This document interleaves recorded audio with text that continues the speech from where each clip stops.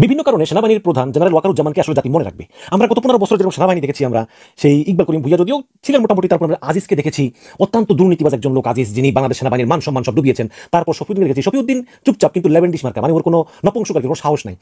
এরকম যখন সেনাবাহিনীর সম্পর্কে আমাদের বাঙালি জাতির আসলে মানে দৃষ্টিভঙ্গি একদম তলানিতে, ঠিক তখনই আমাদের মাঝে এলো জেনারেল ওয়াকারুজ্জামান। এই জেনারেল ওয়াকার ইতিহাসে নাম লিখিয়ে দিল। সে হাসিনার কথা মতো মানুষের উপর গুলি করতে অস্বীকার করলো, এবং ঠিক যার কারণে কিন্তু হাসিনার পতন হলো।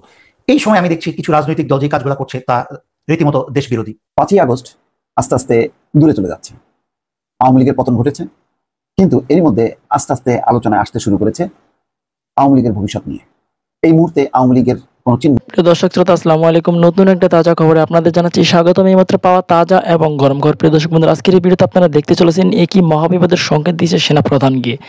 আজকের তাজা খবরে সবকিছু দেখতে পারবেন, এইমাত্র পাওয়া একবার নতুন খবর।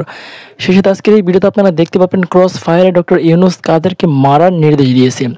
সেই বিষয়গুলো দেখতে পারবেন আজকের এই ভিডিওতে বিস্তারিতের মাধ্যমে। শেষে দেখতে পারবেন শেখ হাসিনাকে যদি ভারত বাংলাদেশে পাঠিয়ে দেয় যুক্তরাষ্ট্রের চাপে, তাহলে শেখ হাসিনাকে কিভাবে গ্রহণ করবে এই সরকার, সেই বিষয় নিয়ে কিন্তু মুখ খুলেছে গোলাম মাওলা রানী সাহেব। প্রিয় দর্শক বন্ধুরা, আজকের এই ভিডিওটি খুব ইন্টারেস্টিং হতে চলেছে। স্ক্রিন থাকলে সম্পূর্ণ দেখে যাবেন, অনেক কিছু জানতে পারবেন এবং বুঝতে পারবেন। প্রিয় দর্শক বন্ধুরা, চলুন তাহলে এই ভিডিওতে একটি লাইক দিয়ে আমরা বিস্তারিত ভিডিওগুলো একের পর এক মোবাইলের স্ক্রিন থেকে দেখে আসি। সেনাবাহিনীর প্রধান জেনারেল ওয়াকারুজ্জামানকে আসলে জাতি মনে রাখবে। আমরা গত 15 বছর যেরকম সেনাবাহিনী দেখেছি, আমরা সেই ইকবাল করিম ভুইয়া যদিও ছিলেন মোটামুটি, তারপর আমরা আজিজকে দেখেছি, অত্যন্ত দুর্নীতিবাজ একজন লোক আজিজ, যিনি বাংলাদেশ সেনাবাহিনীর মান সম্মান সব ডুবিয়েছেন। তারপর শফিউদ্দিন দেখেছি, শফিউদ্দিন চুপচাপ কিন্তু লেভেন্ডিশ মার্কা, মানে ওর কোনো নপুংসকারী কোনো সাহস নাই। এরকম যখন সেনাবাহিনীর সম্পর্কে আমাদের বাঙালি জাতির আসলে মানে দৃষ্টিভঙ্গি একদম তলানিতে, ঠিক তখনই আমাদের মাঝে এলো জেনারেল ওয়াকারুজ্জামান। এই ওয়াকারুজ্জামানকে কিন্তু আমি পছন্দ করতাম না, চিন্তা করতাম যে আগের গুলো তো আজিজ, তারপরে শফিউদ্দিন, তারা তো হাসিনার আত্মীয় না। এই ওয়াকার হাসিনার আত্মীয়, সুতরাং এই ওয়াকার আর কত রোগী করবে, তাই না? সে তো হাসিনার কথাই শুনবে। কিন্তু এই জেনারেল ওয়াকার ইতিহাসে নাম লিখিয়ে দিল। সে হাসিনার কথা মতো মানুষের উপর গুলি করতে অস্বীকার করলো, এবং ঠিক যার কারণে কিন্তু হাসিনার পতন হলো। হাসিনা, দেখুন, এই একটা কথা মনে রাখবেন, বিডিআর বিদ্রোহের অন্যতম উদ্দেশ্যই ছিল যে সেনাবাহিনীকে একদম পঙ্গু করে দেওয়া। এবং সেই 2009 সালের পর থেকে কিন্তু শেখ হাসিনা কখনোই সেনাবাহিনীর উপর নির্ভরশীল হননি। তার উপর অনেক বাধা এসেছে, বিপত্তি এসেছে, তিনি সেগুলো পুলিশ দিয়ে সেরে ফেলেছেন। পুলিশ গুলি করেছে, গুম করেছে, খুন করেছে, র্যাব ছিল, বিজিবি ছিল, আনসার ছিল, সোয়াট মোয়াট আরও কি ছিল, এসব দিয়ে হাসিনা কিন্তু অত্যাচার করে, নির্যাতন করে, গুম করে, খুন করে তার অবৈধ ক্ষমতা দীর্ঘস্থায়ী করেছেন। কিন্তু এই প্রথম এই 2024 সালের জুলাই মাসে শেখ হাসিনাকে প্রথম সেনাবাহিনীর উপর নির্ভরশীল হতে হলো, কারণ সেনাবাহিনী ছাড়া তার কোনো উপায় ছিল না, কারণ পুলিশ অলরেডি টায়ার্ড হয়ে গিয়েছে। তো সেনাবাহিনী করলো কি, তারা একদম গুলি ছুটে অস্বীকার জানালো। তারা বললো যে এই ম্যাচ শেখ হাসিনা তৈরি করেছে, and she has to clear out. আমরা সেনাবাহিনী শেখ হাসিনার ভুল কেন আমরা সংশোধন করার জন্য আমরা জনগণের উপরে গুলি চালাবো, প্রশ্নই আসে না, তারা এটা করেন। এবং এই কারণে শেখ হাসিনার পতন হলো, এবং এই জেনারেল ওয়াকারুজ্জামান তিনি ইতিহাসে তার নাম লেখালেন। এখন এই যে অত্যাচার, নির্যাতন, এটা তো পুলিশই করেছে, বাট তাই বলে কি সেনাবাহিনী ইনভলভ না? অবশ্যই ছোট পর্যায়ে ইনভলভ। বিশেষ করে যেই মেইন আয়নাঘরটা আছে, এটা কিন্তু ক্যান্টনমেন্টের ভিতরে, এবং এটা দিনের পর দিন সেনাবাহিনী পরিচালিত করেছে শেখ হাসিনা নিরাপত্তা উপদেষ্টা শেখ রেহানা দেবর, মেজর জেনারেল তারেক সিদ্দিকির কথায়। এবং একটা আয়নাঘর মেনটেন করতে কিন্তু অনেক লোক লাগে, শিফট বাই শিফট কাজ করে, 24 আওয়ার্স ডিউটি, তো রাতে দিনে সবার মুখ বাঁধা। প্রায় এই গত 15 বছরে অন্ততপক্ষে 1000 লোক ছিল বড় থেকে ছোট পর্যায়ে আয়নাঘরের পিছনে। তারা গুম করতো, তারা খুন করতো, সব কিছু করতো তারা। আয়নাঘরে প্রচুর লোক গেছে, তারা কখনোই ফিরে আসেনি, ওরকম অনেক হয়েছে, অনেকে কিডনি মিডনিও বিক্রি করে দিয়েছে। তো এগুলোর একটা আসলে তদন্ত করা দরকার। শুধু এই ক্যান্টনমেন্টের আয়নাঘরই না, আরও বিভিন্ন জায়গায় কিন্তু সরিসিটিতে প্রচুর আয়নাঘর আছে, তাই না? আয়নাঘরগুলো তো বলা হয় কারণে যে ব্যক্তিকে ওই রুমে রাখা হয় তিনি তার নিজেকে ছাড়ার কাউকে দেখে না। এজন্য এই ঘটনা হচ্ছে আয়নাঘর, ইংলিশে মিরর হাউস। এবং এই মিরর হাউস নিয়ে কিন্তু সমস্ত বিশ্বে তোলপাড় চলতেছে।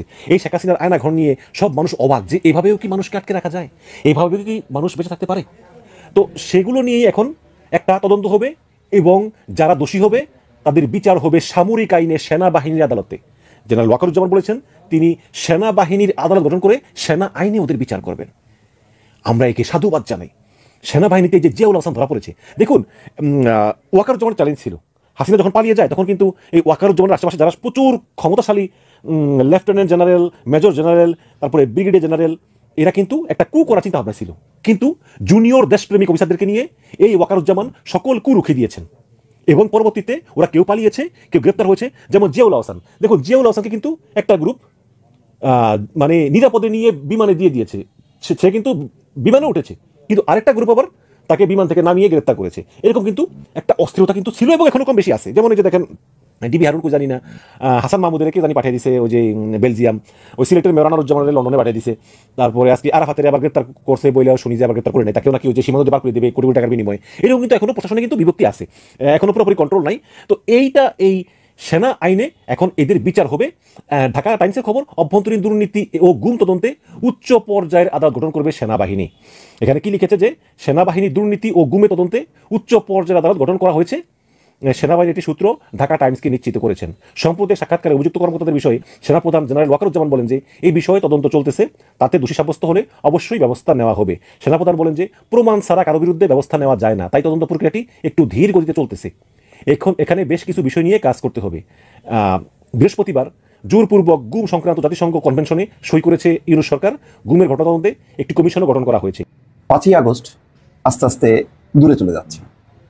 আওয়ামী লীগের পতন ঘটেছে, কিন্তু এরই মধ্যে আস্তে আস্তে আলোচনায় আসতে শুরু করেছে আওয়ামী লীগের ভবিষ্যৎ নিয়ে। এই মুহূর্তে আওয়ামী লীগের কোনো চিহ্ন বাংলাদেশে নেই, গোপালগঞ্জে ছিটে ফোটা আছে, আর কোথাও নেই, এটা বাস্তবতা। তাহলে কি আওয়ামী লীগ ছাড়াই বাংলাদেশে আগামী নির্বাচন রাজনীতি চলবে? রাজনৈতিক বিশ্লেষকরা মনে করছেন যে না, চলবে না। এবং অন্তর্বর্তী সরকারও চায় না যে আওয়ামী লীগ নিঃশেষ হয়ে যাক। কি চায়? সম্ভবত অনেকে ধারণা করেন যে শেখ হাসিনা পরিবারের নাগপাশ থেকে মুক্ত হোক আওয়ামী লীগ, তাতে কোনো আপত্তি নেই। তাহলে কে হবেন আওয়ামী লীগের কাণ্ডারি? এমন আলোচনা চলছে নানা মহলে। কয়েকটা নাম সামনে আসছে। ইতিমধ্যে কাদের সিদ্দিকী, তিনি হঠাৎ করে আজকে হাজির হয়েছেন টুঙ্গিপাড়ায়। কি কারণে বোঝা যাচ্ছে না। হঠাৎ করে টুঙ্গিপাড়ায় বঙ্গবন্ধুর মাজার জিয়ারত কেন করছে? আওয়ামী লীগ নিয়ে কথা বলছেন, তার দলের কোনো কথা নেই। বলছেন যে হাসিনার আওয়ামী লীগ আর বঙ্গবন্ধুর আওয়ামী লীগ এক না। আবার ঠিক তার আগের দিন মরহুম তাজউদ্দিন আহমেদ এবং জোহরা তাজউদ্দিনের পুত্র সোহেল তাজ, তিনি সচিবালয়ে যে হাজির, দেখা করেছেন স্বরাষ্ট্র উপদেষ্টার সঙ্গে, নিরাপত্তা চেয়েছেন। তিনি বলেছেন তিনি আওয়ামী লীগে আসবেন না, এই পচা আওয়ামী লীগে আসবেন না, কিন্তু বলেননি যে ভালো আওয়ামী লীগে তিনি আসবেন না, এমন কথা বলেননি। বলেছেন আওয়ামী লীগের সবাই খারাপ না। এখানেও একটা ছোট্ট একটা ইঙ্গিত আছে, এর চেয়ে বড় ইঙ্গিত আছে, এবং তার বিষয়গুলো নিয়ে আলোচনা হচ্ছে। সেই বিষয়গুলো নিয়ে আলোচনা হচ্ছে কি? সেটি সাবেক রাষ্ট্রপতি আব্দুল হামিদ এবং সেলিনা হায়াত আইভি, নারায়ণগঞ্জের মেয়র সেলিনা হায়াত আইভি এবং সাবেক রাষ্ট্রপতি আব্দুল হামিদ। আব্দুল হামিদ ভারপ্রাপ্ত সভাপতি এবং সেলিনা হায়াত আইভি ভারপ্রাপ্ত সাধারণ সম্পাদক। তাদের নেতৃত্বে আওয়ামী লীগের কার্যক্রম শুরু হতে পারে। এতে কি খুব বেশি আপত্তি আছে বিএনপি বা অন্তর্বর্তী সরকারের? সম্ভবত নেই, কিন্তু বিএনপির ভেতরে কিছুটা হয়তো বিরোধিতা আছে। তারা চায় না যে এত দ্রুত আওয়ামী লীগ আবার সামনে আসুক। কিন্তু এই মেসেজটা যদি পরিষ্কার হয়, যারাই আওয়ামী লীগের এখন হাল ধরুক না কেন, তারা যদি বলে যে এই আওয়ামী লীগের সঙ্গে শেখ হাসিনা আওয়ামী লীগের কোনো সম্পর্ক নেই, তাহলে কিন্তু স্বস্তি ফেলবে, এবং সেই ক্ষেত্রে কিন্তু খুব বেশি আপত্তি থাকবে না অন্তর্বর্তী সরকার, জামাত বা বিএনপি। এমন একটি ধারণা বা আলোচনা রাজনৈতিক অঙ্গনে চলছে কিছুদিন থেকে। এই কারণেই বলছি যে সাবেক রাষ্ট্রপতি আব্দুল হামিদ এবং সেলিনা হায়াত আইভির নামটি আসছে। সেলিনা হায়াত আইভি নিয়ে কি কোনো বিতর্ক আছে? আপাতত বিতর্ক নেই, এই কারণে যে নারায়ণগঞ্জের রাজনীতিতে সমালোচিত বিতর্কিত ব্যক্তি হচ্ছেন শামীম ওসমান। শামীম ওসমানের বিরুদ্ধে লড়াই করে সেলিনা হায়াত আইভি দুইবার মেয়র হয়েছে, এবং এই লড়াইয়ে সাধারণ মানুষ সাপোর্ট দিয়েছে। তারা আওয়ামী লীগ করে সেজন্য না, তারা শামীম ওসমানকে ঠেকানোর জন্য সেলিনা হায়াত আইভিকে সাপোর্ট দিয়েছে। ফলে সেলিনা হায়াত আইভির একটা নিজস্ব একটা ইমেজ আছে। সেই কারণে সেলিনা হায়াত আইভি যদি সামনে আসে, সেই ক্ষেত্রে কিন্তু বিএনপি, জামাত বা অন্য কারোর কোনো। ব্যক্তিগতভাবে আমি ক্রস ফায়ারের বিপক্ষে, কিন্তু যে মানুষগুলো নাম উঠে এসেছে ক্রস ফায়ারের জন্য, আমি তাদের পক্ষে যে তাদেরকে ক্রস ফায়ার দেওয়া হোক। ডক্টর ইউনুস সাহেবের হাত ধরে বাংলাদেশে নতুন একটা জিনিস চালু হোক। আর আমি মনে করি ডক্টর ইউনুস সাহেবের উচিত এই বিষয়টা যারা দেখছেন, দেখভালের দায়িত্বটা স্বরাষ্ট্র মন্ত্রণালয়ের হতে পারে, অথবা আমাদের উপদেষ্টা যিনি আছেন আইন মন্ত্রণালয়ের ডক্টর আসিফ নজরুল ইসলামের হতে পারে। তো যেহেতু তারাই ওনার হেল্পিং হ্যান্ডস, অথবা কি বলা হয় যে আমরা যদি ধরতে পারি যে তারাই ফোর্স হিসেবে কাজ করছে, সো আমি সহ সারা বাংলাদেশের মানুষ আজকে দলমত নির্বিশেষে এই 6 জনের ক্রস ফায়ারের জন্য আমরা দাবি জানাচ্ছি, এবং আশা করি যেহেতু তারা জাতির কথা শোনে, তারা এই ক্রস ফায়ারটা কার্যকর করবে। একটা নতুন ইতিহাস তৈরি করতে চাই আমরা এই ভালো একটা সময় দিয়া, ভালো সরকারের মধ্যে দিয়া। সারা বাংলাদেশে এই মুহূর্তে বন্যার জন্য রাস্তার ফকির, মিসকিন, সবাই বড়লোক, ধনী, যার যা আছে সহযোগিতা করতেছে বানভাসী মানুষগুলোর জন্য। কিন্তু কুমিল্লার তিতাসে যেই ঘটনা ঘটিয়েছে, সেই ঘটনায় অভিযুক্ত 6 জনের এই ঘটনা মানে কেমনে ভাই প্রকাশ করি, তারপর করছি। কুমিল্লার তিতাসে ত্রাণ দেওয়ার কথা বলে 35 বছর এক মানসিক প্রতিবন্ধী নারীকে, 35 বছর বয়স ওনার, ত্রাণ দেওয়ার কথা বলে 35 বছর বয়সী এক মানসিক প্রতিবন্ধী নারীকে গণধর্ষণ করা হয়েছে। চিন্তা করতে পারেন? দ্যাটস বাংলাদেশ।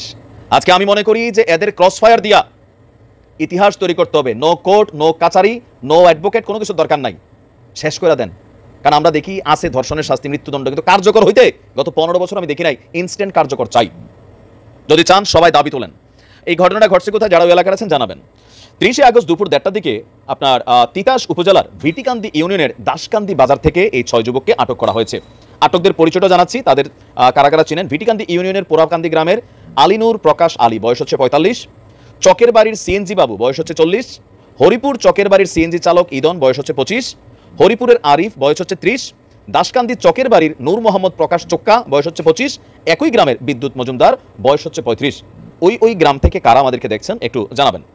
এখন এই ঘটনা নিয়ে স্থানীয় ছাত্র জনতা তাদেরকে আটক করে গাছের সাথে বেঁধে গণধোলাই দিয়েছে। আমি মনে করি গণধোলাই দিয়ে লাভ নাই, মামলা হয়ে যাবে। বরঞ্চ আমাদের করণীয় যেটা ক্রসফায়ার।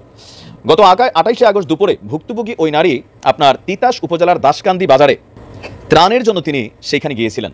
সেই সময় সিএনজি বাবু নামক এক যুবক ওই নারীকে ত্রাণ দেওয়ার কথা বলে দাসকান্দি বাজারের আলিনুর আলীর দোকানে বসিয়ে রাখে এবং তারা এখানে টাইম পাস করে। যখন সন্ধ্যা ঘনিয়ে আসে তখন অভিযুক্তরা একত্রিত হয়ে ওই দোকানের মধ্যে এই প্রতিবন্ধী নারীটাকে ধর্ষণ করে। বিষয়টি এলাকায় জানাজানি হলে এক ছাত্র সমন্বয়কের কাছে এরপরে শুক্রবার সকালে অভিযুক্ত 6 জনকে দাসকান্দি বাজারে ধরে এনে তারা সত্যতা স্বীকারোক্তি দিয়েছে। পরে স্থানীয় গণধোলাই শেষে পুলিশের সোপর্দ করেছে। তিতাস থানার ওসি কাজী নাজমুল ভাই তিনি বলছেন যে ঘটনা সত্য। এই ঘটনায় আরও 3 জন আছে, তাদেরকে পুলিশ খুঁজছে। তা আমি বলি কি যে একটা সুন্দর কাজ দিয়ে শুরু হোক নাকি? সারা বাংলাদেশের 20 কোটি মানুষের দাবি এটা, 18 হোক 20 হোক, এই 6টাকে ক্রসফায়ার দিয়ে দেন। ইন ফিউচার এগুলো আর কেউ করবে না। রাষ্ট্রের টাকা দিয়ে, জনগণের ট্যাক্সের পয়সা দিয়ে এদেরকে জেলে বসাইয়া খাওয়ানোর পক্ষে আমি না। যদি আমার সাথে একমত হন, ভিডিওটা সর্বোচ্চ শেয়ার করেন। একটা নতুন সিদ্ধান্ত। শেখ হাসিনা এখন ভারতে পালিয়ে আছেন। তার যে লাল পাসপোর্ট এটি বাতিল করা হয়েছে এবং এখন বলতে গেলে তিনি পরিচয়বিহীন। ভারত তাকে গ্রহণ করেছে কিনা, আশ্রয় দিয়েছে কিনা এবং কিভাবে দিয়েছে, কিভাবে গ্রহণ করেছে আমরা কিছুই জানি না। ফলে এই মুহূর্তে এখনো পর্যন্ত শেখ হাসিনা ভারতে আছেন বটে, তবে পরিচয়হীন অবস্থায়। তাকে নিয়ে আলোচনা হচ্ছে ভারতের ভিতরে, ভারতের বাইরে, বাংলাদেশে এবং আরও অনেক জায়গাতে। আমরা যারা বাংলাদেশে একসময় তার ভয়ে থরথর করে কাঁপতাম। তাকে নিয়ে কথা বলার আগে 100 বার চিন্তা করতাম। খুব মৃদু ভাষায় তার সমালোচনা আমরা করতাম বটে, কিন্তু যথেষ্ট সম্মান নিয়ে তাকে দেশরত্ন, বঙ্গবন্ধুর সুযোগ্য কন্যা ইত্যাদি বিভিন্ন যে উপাদান, বিভিন্ন বিশেষণ, এগুলো ব্যবহার করে আমরা তাকে খুব মৃদু ভাষায় এভাবে সমালোচনা করতাম যে সব দোষ সালমানের, সব দোষ অমুকের, সব দোষ তমুকের, কেবলমাত্র যাকে বলা হয় কেবলমাত্র শেখ হাসিনা নিরপরাধ এবং তাকে ব্যবহার করে এই কাজগুলো করা হচ্ছে। তো সেই আমরা এখন সরাসরি তাকে গালি দিচ্ছি, তার বাপ মা তুলে গালি দিচ্ছি, তার নানা কোথায়, দাদা কোথায়, তারপরে নানা বাড়ির কোথায়, নানার নাম কি, নানির নাম কি, এসব নিয়ে যা মুখে আসে তা বলার চেষ্টা করছি এবং তাকে নিয়ে আমরা ভিডিও বানাচ্ছি, টিকটক বানাচ্ছি, কেউ তাকে নাচাচ্ছি, কেউ গান গাওয়াচ্ছি, কেউ কান্না করছি, কেউ কার্টুন আঁকছি, যাচ্ছে তাই অবস্থা। এবং এটাই দুনিয়ার নিয়ম, এই নিয়মের কোনো ব্যত্যয় নেই। আর সবচেয়ে বড় দুঃসংবাদ হলো যাদের মধ্যে নেতৃত্বের গুণাবলী রয়েছে, লিডারশিপ কোয়ালিটি রয়েছে, তারা এই সকল পরিবেশ এবং পরিস্থিতিকে জয় করে তারা তাদের কাঙ্ক্ষিত মাকামে পৌঁছে যায়। শেখ হাসিনা 1981 সনে যখন বাংলাদেশে এলেন, তো তখন তার বাংলাদেশে আসাটা, এখন যদি তিনি বাংলাদেশে আসেন, তার সাথে কোনো অংশে কঠিন, সহজ ছিল না, বরং কঠিন ছিল। এই কারণ হলো এখন বাংলাদেশে তার যে কর্মী বাহিনী রয়েছে, তার যে টাকা রয়েছে, পয়সা রয়েছে এবং তার যে একটা গ্লোবাল বিশ্ব পরিচিতি রয়েছে এবং তার সঙ্গে অনেক যাকে বলা হয় গোপন সম্পর্ক রয়েছে, সেটা নরেন্দ্র মোদী বলেন, মিস্টার ভ্লাদিমির পুতিন বলেন। তো কাজেই তার বেঁচে থাকা, তার সুস্থ থাকা, তার কথা বলা সবকিছুর সঙ্গেই অনেকের মান সম্মান ইজ্জত জড়িত রয়েছে। তো কাজে তিনি একা নন, কিন্তু 1981 সনে তিনি তেমন ছিলেন না, কেবলমাত্র বঙ্গবন্ধুর কন্যা, এরকমই তার একটি অবস্থা ছিল।